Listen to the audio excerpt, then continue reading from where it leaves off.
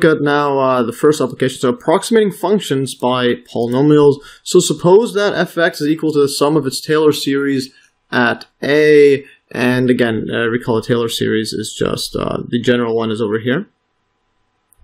Actually, whoops, not that one, I mean this one. Yeah, so that's just the power series, this is the Taylor series with the derivatives like that. So, let's write that down. So let's suppose we have it equal to it, so f(x) is equal to the Taylor series, the summation from n equals 0 up to infinity of, this is going to be f, and derivative at a, divide this by n factorial, times it by x minus a power of n. And yeah, in my earlier video referenced in the recap section above, we also introduced the notation t sub n of x for the nth partial sum of the series and called it the nth degree Taylor polynomial of f at a. And you can see that part, yeah, right over here. So here's the Tn like that. So the nth degree Taylor polynomial, of f at a. So that's what we'll have is, let's just use this notation. So we're going to write Tn of x is going to equal to, and this is going to be just up to n. So instead of going to infinity, we're going to go to n like that. And this is going to be from I. So we'll do a new term. A new variable I equals 0, so a new counting term. So we're going to go like this. This is going to be f of I to the of a. Divide this by, so we're just replacing this n with I, then this infinity with n. I factorial, and this is going to be x minus a. Yeah, x minus a to the power of I. And now if we expand this out, this is going to equal 2. I'll probably have to write it a bit smaller. So the first one's going to be f of a. When you plug in I equals 0, 0 factorial 0, and then the f to the 0 derivative is just f of a, like that. And this one, x minus a to the power of 0 is just 1. So then this is going to be plus. Next one's going to be f of, the first derivative, f prime of a divided by 1 factorial times it by, this is going to be x minus a to the 1. And the next one's going to be the second derivative like that, f double prime of a divided by 2 factorial, it's going to be x minus a, 2, and then we're going to go plus dot dot dot, so instead of going to infinity, now we go to n, so we'll go f n like that, yeah, symbolizing the nth derivative at a divided by n factorial, it's going to be x to the n, like that. Alright, so now continuing further, so since f is the sum of its Taylor series, that's again what we were supposing, so f of x equals the sum of its Taylor series, we know that t sub n, this is sub n of x, this approaches f of x as n approaches to infinity, and so t sub n of x, the nth degree Taylor polynomial, instead of going to the exact Taylor approximation, we're going to look at the nth degree. This can be used as an approximation to f. So in other words, let's write this by itself. F of x is approximately equal to the nth degree Taylor polynomial as opposed to the full approximation to infinity, which is the exact. And now notice that the first degree Taylor polynomials, the first degree has 2 terms because remember we're starting from I equals 0, so that's the 0th degree, this is the first degree. So notice in this case we're going to have t sub 1 of x, t sub 1 of x, this equals to just the first 2 terms, f of a plus f prime of a, and just remove the factorials, this equals to 1, and then x minus times x minus a. Yeah, now recall that this is just the same as a linearization or linear approximation of f at a that we discussed in my earlier video, my very early video, one of the earliest ones that I made, referenced below, so there's a link to it in this video notes archive.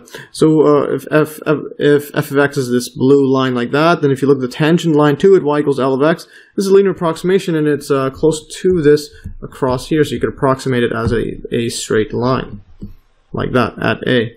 So f of x is approximately equal to the tangent line to it, f of a plus f prime of a times x minus a. And then you can define this as a function, so L of x or equals to linearization or linear approximation equals to f of a plus f prime of a times x minus a. It's the same thing, just defining it as L of x. So notice also that t sub 1 and its derivative have the same values at a that f and f prime have.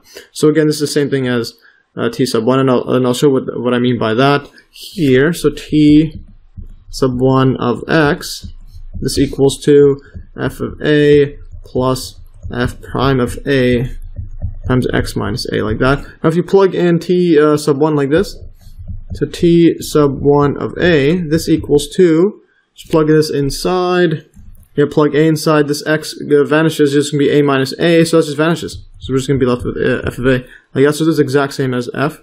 Yeah, so t sub 1 and its derivative have the same value as the function f, like that. So that's the same one there. Now if we look at the second, now if we look at the derivative, take the derivative t sub 1 prime, this equals 2. Well, f of a is just a constant, just goes to 0. This one right here is f of a times x minus a. The derivative of this x minus a is 1. That's just a constant in front of it. So it's going to go to f of a times 1, or just f of a, f prime of a, like that. Yeah, so this is the exact same thing. So yes. And that is the exact same thing over here. So they both are equal to it. Yeah, and in general, this is the case as well in general. So it can be shown that the derivatives of t sub n at a agree with those of f up to and including the derivatives of order n. And then see exercise 1 at the end of this video to show so that this is always going to be true, that they're always in agreement. It doesn't matter what the derivative is, you can go to the nth derivative, it will be true. And yeah, so I'll do that at the end of this video. Prove that. So to illustrate these ideas, let's take a look at the graphs of y equals e to the x and its first few Taylor polynomials centered at x equals a, which equals to 0. In other words, it's Maclaurin series. Thus we have y equals to e to the 0 equals to 1, and at the point, and the point becomes 0, 1. Yes, in other words, we are approximating it from the starting point, the 0, 1 there. So y equals to e to the x, plug in 0 there, e to the 0 is just 1. And I'll get to that in a bit. First, recall the Maclaurin series for e to the x and the corresponding first 3 partial sums. Let's just scroll up to our table right here. So e to the x from my earlier video. So this is the Maclaurin series. This is e to the x equals to summation from n equals 0 to infinity of x to the power of n divided by n factorial, and we have this 1 plus, then it becomes 1 plus x divided by 1 factorial plus x squared divided by 2 factorial, etc. It keeps going on, and the radius of convergence is infinity, so it's valid for all numbers.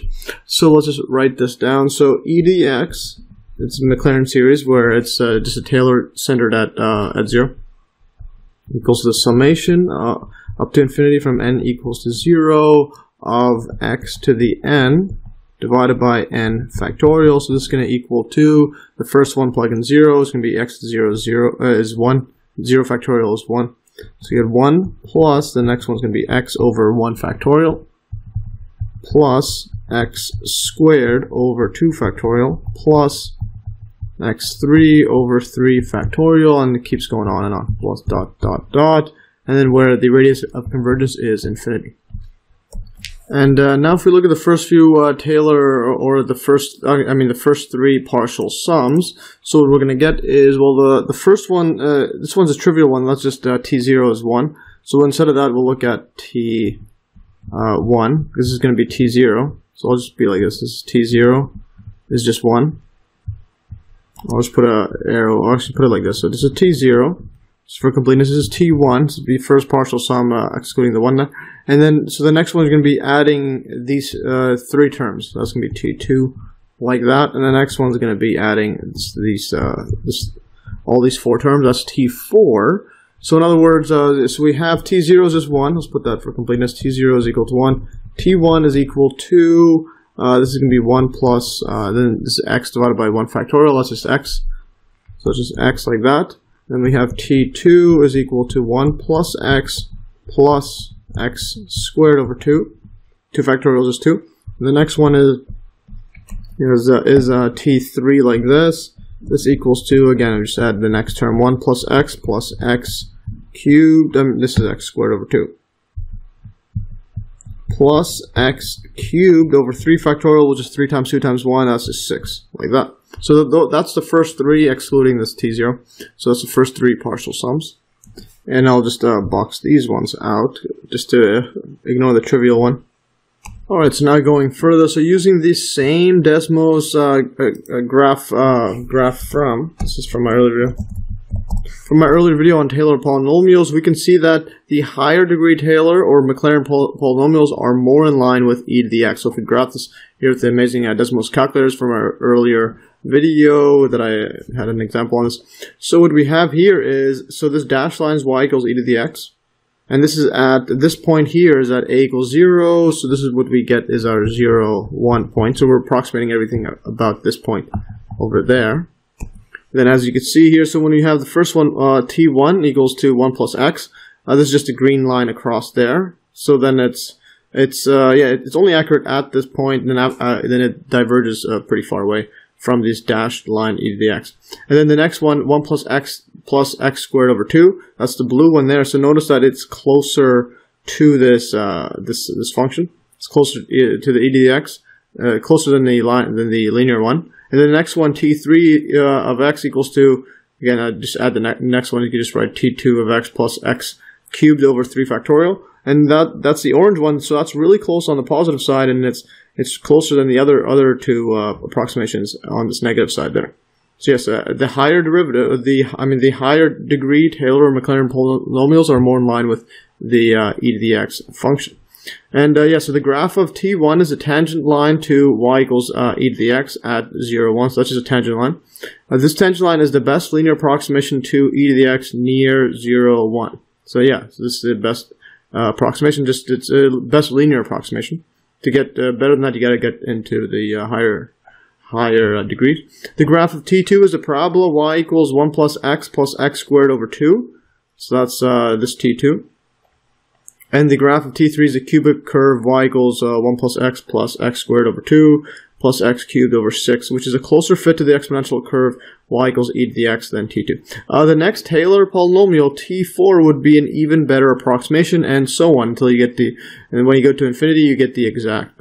So going to infinity is by definition exact, or just approaches the exact value as you go to infinity. So the values in the table below give a numerical demonstration of the convergence of the Taylor polynomials t sub n of x to the function y equals x. So you're made an Excel sheet over here, and here's Taylor approximation of e to the x, and you can go and view it there. So what we have here is approximation. So we have this n value, the degrees, degree 0, 1, 2, 3, etc. And this is our... these are our terms right here. So the first one's going to be 1, and then plus 0.2. This one is 1. This is just the x, so that's 0.2. So when x is equal to 0.2 or 3, so we're just comparing how it converges. These are the terms. So these would be each individual terms would be 1. The next one's going to be 0.2. The next one 0.2 squared divided by 2, which becomes this 0.02. And so on. So you get all these over here. Then when you sum up this one, that's just the 10th one. And then this is when x equals to 3, when it's further away from the 1, and see when it converges. And here's the exact value at e to the x, or e to the 0.2, is equal to 1.221403. And then 3, 1 right here, is equal to, e to the x is equal to, 20.085537. That's when x is 3. And then here, when you add up all these terms, you get to the 10th degree. Add these up, you get 20.079665, which is pretty close to this one. And here's a convergence. This one is pretty much exact, up to 6 digits. And now here's the partial sums right here at the degree. So what I've done here is tn of 0.2. So the first degree is going to be 1. The next one, all I'm doing is adding these two. So when you add these two, you get this. And then when you add, for example, if you want to go to the 5th degree, you add all these ones up, and then you get this 5th one, like that. Whereas this one is adding up all 10. And then these ones should be the same as these. These are the exact same, because that's just adding 10. Yeah, so you can see right here for the 0.2, it converges, this is the exact value, so it converges after, very quickly. It converges after the 5th one. But since x is 3 for this one is further away, so when x is 3 somewhere across over here, that's x equals to 3. So somewhere far away, it's going to be somewhere around there. That's going to be at this point right here. It converges pretty much near the end, and still not exact there. Still some difference there. So we see that when x is 0.2, the convergence is very rapid, but when x equals 3, it is somewhat slower. In fact, the farther x is from 0, the more slowly t sub n of x converges to e to the x. So that's why oftentimes you would move the starting point. So instead of starting from here, you could start from a equals to 2 or 3 or whatnot. If you want to approximate with less terms, so you can move that starting point. Okay, going further. So when using a Taylor polynomial, t sub n, to approximate a function f, we have to ask the questions, how good an approximation is it, and how large should we take n to be in order to achieve a desired accuracy?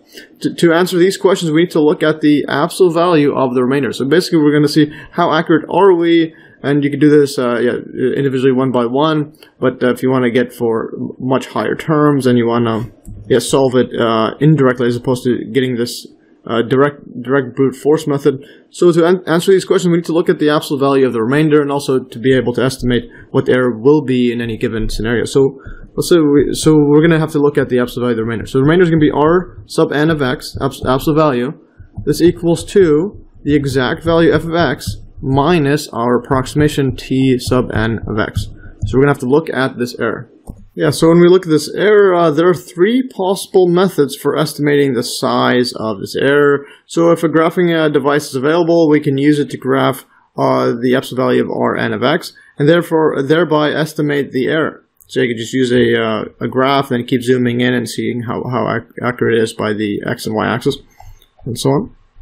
If the series happens to be an alternating series, we could use the Alternating Series Estimation Theorem, and in all cases we could use Taylor's Inequality, which says that, again, I'll just scroll up to the recap where I included Taylor's Inequality. So here's this. So if we have the n plus 1 derivative of x, the absolute value is less than or equal to m for this radius of convergence, then the remainder of the Taylor series satisfies this inequality, so Rn of x is less than or equal to capital M divided by n plus 1. And this is x minus a, absolute value of x minus a to the power of n plus 1. And this is again for the radius of convergence given there. So let's just write this down. Says that if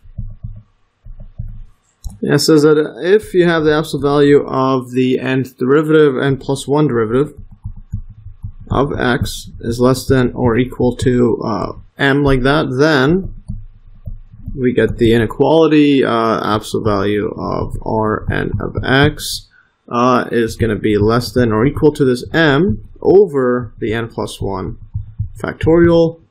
Let's put this a bit better.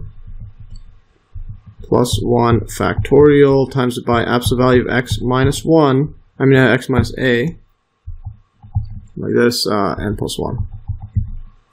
Alright, so yeah, again, this is, this Taylor's inequalities is for its radius of convergence, and that's pretty much always keep that in mind whenever you're dealing with Taylor polynomials. You always have to ensure that it's within its radius of convergence and not its radius of divergence.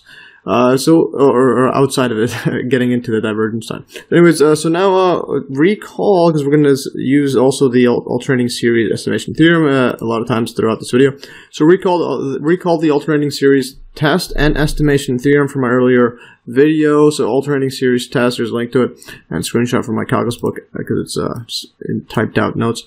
So the alternating series test, if the alternating series, you have the summation n equals 0 to infinity of negative 1 power of n minus 1. This is just so that it alternates, so that you'll have odd and even powers, and you'll have positive or negative constants over there. And then b sub n, this just equals to b1 minus b2 plus b3 minus b4 plus b5, etc., where b sub n is greater than 0, and this satisfies that bn plus 1 is always less than or equal to bn, so each term is getting smaller and smaller for all n.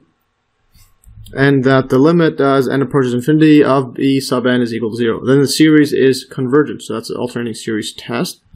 And then the estimation, then the alternating series estimation theorem states that if s, the sum, equals to this is the summation from n equals 1 to infinity. Negative 1 to the power of n minus 1 of b sub n. If this is the sum of an alternating series that satisfies over here where b sub n is greater than bn plus 1, and again, this is the same things over there. Yeah, this is just a sum of alternating series that satisfies these two. That's exactly the alternating series test. And then where the limit as n approaches infinity of b sub n is equal to 0, then the remainder r sub n, the absolute value of the remainder, is going to equal to, which equals to, again, the sum minus the partial sum at n, so s minus s sub n, absolute value, is going to be less than or equal to the next term bn plus 1.